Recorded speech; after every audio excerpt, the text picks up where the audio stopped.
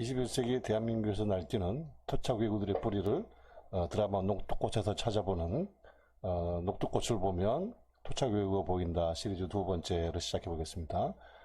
이 드라마에서 보면은 투탑 주인공은 조정석이 분한 백이강 그리고 그 동생 백이연이에요.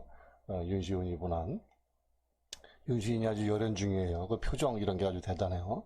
특히 이 드라마에서 가장 흥미있고 등장하면 짠한 분위기가 느껴지는 거는 윤시훈이에요. 왜냐면은 다른 등장인물들은 대부분 성격이 고정되어 있는 편이고 앞으로 어떻게 전개가 될지 뻔해요. 역사적인 팩트가 있기 때문에. 근데 그 중에서 제일 그래도 어떻게 될지 경계선상에 놓였다고 할까요? 변화의 가능성이 큰 사람은 윤시훈, 백이연, 그리고 송객주예요. 여자 송객주. SBS 제작진은 이 드라마 시작하기 전에 기자회견에서 이런 얘기를 했어요.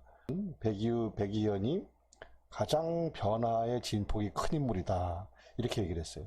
이건 뭘 얘기하냐면은 앞으로 백이연이 크게 변할 거라는 거예요. 벌써 백이연은 일부 변화를 보여줬어요. 굉장히 효자였는데 아버지한테 대들죠. 아버지 앞에서 종이를 찢으면서. 신들린 연기예요. 그쵸? 그리고 또 정의의 남자로 나오는데 그래서 전봉준이 함께 하자고 제안을 하잖아요. 근데 이걸 거부를 해요. 죽창은 문명이 아닙니다. 그래서 나는 동참할 수 없다. 자기는 문명 편이라는 거죠. 동학은 문명의 반대, 문명의 반대가 뭐죠? 야만이에요.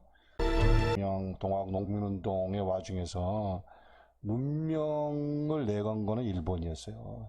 제일교포 역사학자 강덕상 씨의 강덕상 교수의 우키요의 속의 조선과 중국이라는 책에 나오는 내용이에요. 93페이지에 보면은 임진왜란 당시 일본군의 입장이 나와 있어요.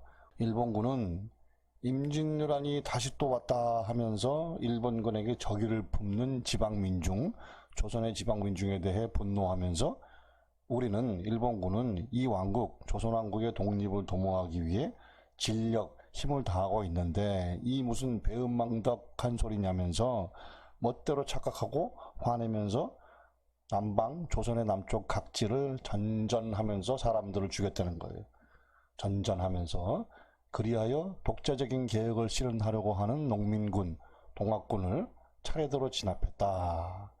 94쪽에는 이런 얘기도 나와요. 일본군의 토벌에 희생된 농민군은 3만 명 또는 5만 명에 이른다고 한다. 동학군을 진압하러 일본군이 들어온 사정 그 배경에는 조선 양반들이 동학군을 당해낼 수가 없으니까 청나라 군대한테 부탁을 하잖아요. 저거 좀 죽여달라고. 그러니까 이제 일본군은 10년 전에 맺은 텐진 조약을 근거로 일본군을 진출하는 거예요. 그러면서 일본은 때가 왔다. 드디어 우리가 조선을 먹을 때가 왔다. 군사력으로 합법적으로 진입할 수 있게 된 거니까요. 한반도에. 일본군은 우리는 문명이다.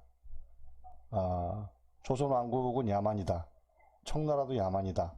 우리는 우리 피를 흘려가면서 너희들을 너희들을 문명국으로 만들기 위해서 왔다. 근데 동학군이 우리를 거부한다?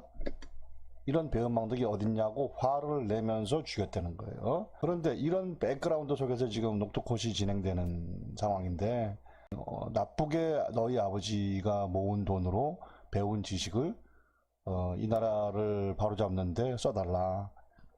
동학에 동조해달라 하는데 근데 동생 백이연은 동의를 하지 않아요. 나는 문명편이다.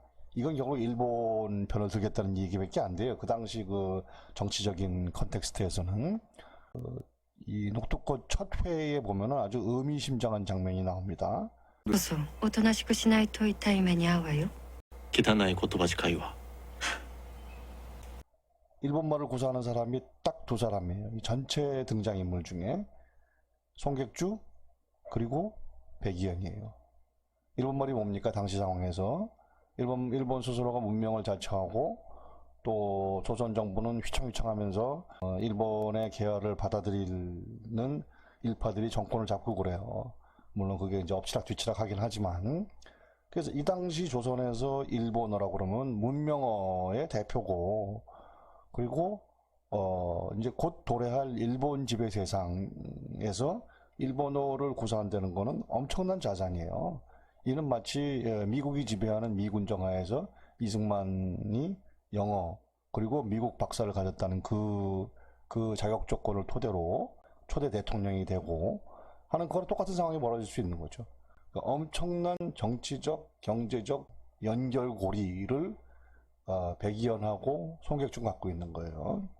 그래서 오늘은 백이현 착한 소년이 어떻게 변화할지 그 변화의 조짐이 계속해서 나타났다는 부분을 말씀드렸어요. 다음 회에는 이른바 이 백이현의 흑화, 검어지는 현상, 이것이 일본의 정책과 어떻게 맞물리는지 하는 점을 좀 알아보겠습니다. 그리고 구독 눌러주시면 대단히 감사하겠습니다. 고맙습니다.